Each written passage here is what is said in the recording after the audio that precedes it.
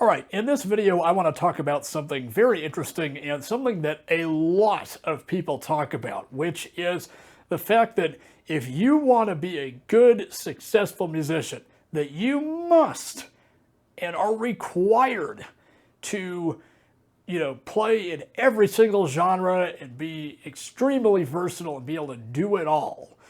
And I think this is a very complicated issue because I think there's a lot of truth to it. But at the same time, I think a lot of people say it and they don't really know what they're talking about. So I want to give my own thoughts on this issue of versatility and talk a little bit about that. All right, so what exactly is the issue at play here? So dozens and dozens of people have told me over my performing career that if I want to be good and I want to be successful, that I have to get good at all the music and be able to perform all of it. And that they look down on people who are like, oh, I'm just a jazz musician, or I'm just a classical musician, or I'm just a blah, blah, blah. And they look down on those people. And so I think, number one, that is totally not true. I don't think that if you just play one genre of music that you are inherently going to fail. I think the other thing is that jazz and classical and all that stuff are very transferable genres of music. And what do I mean by that?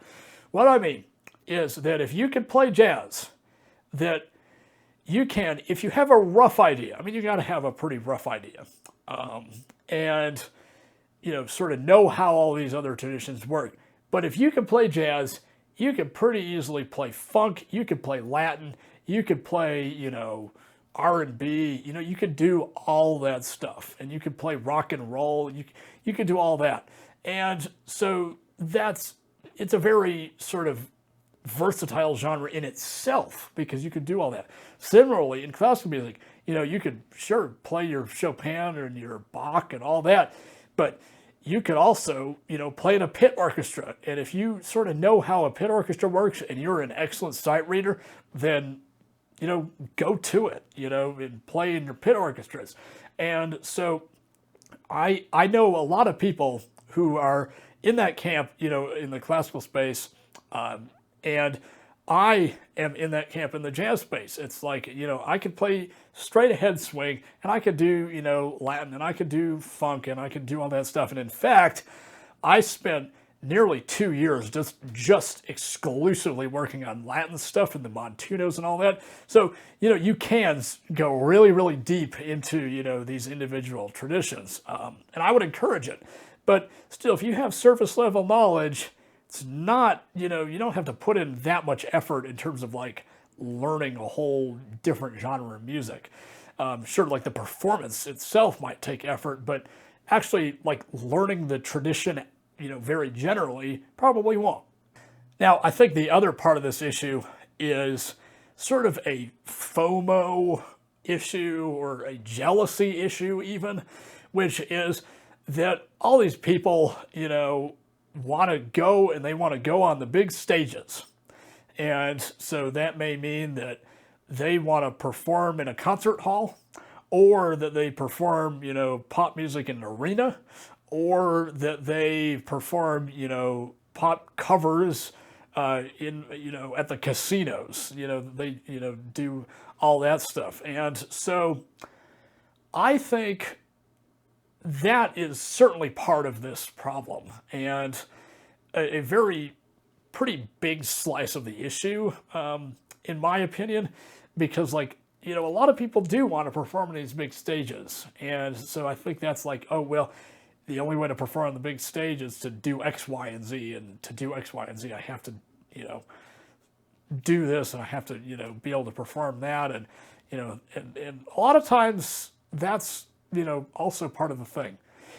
Now, I think another part of this issue is the fact that people give this super narrow definition of success, which I just shake my head at all the time.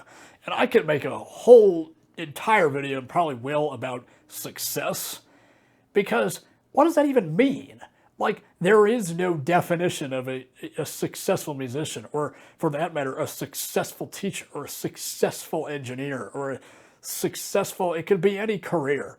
I mean, that is a personal thing that you think deeply about and that you determine. Other people cannot determine that for you. Other people can say, oh, well, this person doesn't play the big venues and they're not a successful musician. That's not only harmful, and just, it's not a good thing to say, but also it's not their problem. So I think that's the other issue, is like, to be successful is to be versatile. Like, what does that even mean? What does success mean in this case? Does success mean that you play all the genres, or does success mean that you play cocktail music at the small bars, every week? Is that what that means? And I think that's a personal definition that you determine on your own, that nobody else can influence, and that I think that's a very personal thing that you just define. So I think these are the main reasons why people say that. And I think a lot of people say that with no meaning. And they're just like, oh, you have to be versatile. And I think the other part of this problem is, doing what everybody else does. And I think, this is my opinion, but just helpful life advice in general, don't do what everybody else does. Why would you do that? Because if you do what everybody else does, then you're not original. And for me personally, I value being original. I'm an original, I want to, do what I want to do and not be influenced by a bunch of other people and do what they do. Sure, it's like appealing. Some days it's like, oh man, I wish I was doing X, Y, and Z. Ugh, like, why am I not doing this? This is horrible. I have a horrible life and I'm so far behind, blah, blah, blah. And I just do a mental reset. And it's like, this doesn't even matter, because if I wanted to do that, I would do it. I would take all the initiative. If I wanted to, I don't even know, it could be anything. It could be going on tour. It could be, even playing it, cocktail hours, just like whatever. It's like, if you want to do it, then you put that in, then you would put that initiative in. And so some days, I have those thoughts. It's like, you know what? I don't care. It doesn't even matter, because if I want to do that stuff, I would do it. I would work towards it. And since I'm not working towards it, it probably means that I don't want to do it. And so I think that's, just helpful life advice to live by too. That could go for anything outside of music too.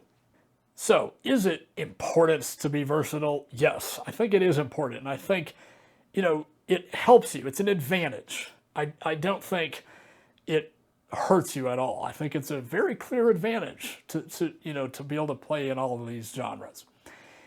Is it necessary? Is it necessary? I think that is a personal question for you to answer. I can't answer that question, because if I say yes, it is necessary to be versatile, then everybody's going to say, well, then that would be, not the life that I want to live. Or I could say, don't be versatile. It's not important. And then you could say, well, I want to play all the big stages, and I want to be this versatile musician. I want to have all that list of things on my LinkedIn page that I know how to do, that kind of thing. And so I really can't answer that question. I think that's a personal thing for you to figure out. And I think that is a slow process to figure that out. It is by no means a fast thing where you can just, oh, I figured out my whole life. That's not how it works at all. And, I'm 20 years old, and I've been figuring, I'm right in the middle of that phase where it's like, okay, what the heck am I doing? And I think, as challenging as that is, it's just like, you know what? That all of this stuff is on me, all that's on me, and I'm just, it's a very slow process. So that's my answer to that question. Is that a helpful answer? I don't know, but that is my answer. So that is sort of the theory behind this versatility question. In the next part of this video, we are going to talk about sort of if you were to want to be a versatile musician, what are the best ways to do that? So that video will be coming up, and so look forward to that. So thanks for watching this video. Please comment on it. Please share your criticisms of this video. I am thinking strongly about ordering a set of photography lights. I used to have a set. They were like $100, and then they broke. And I don't know what the deal with that was. I think it was a poor brand that I bought from. I'm not going to buy from that brand ever again, because I've also seen bad reviews on those particular brand of lights. So thinking about lights, I have nice mics now. Anyway, so thanks for watching this video. Like this video, share this video, subscribe to this channel, and have a good day.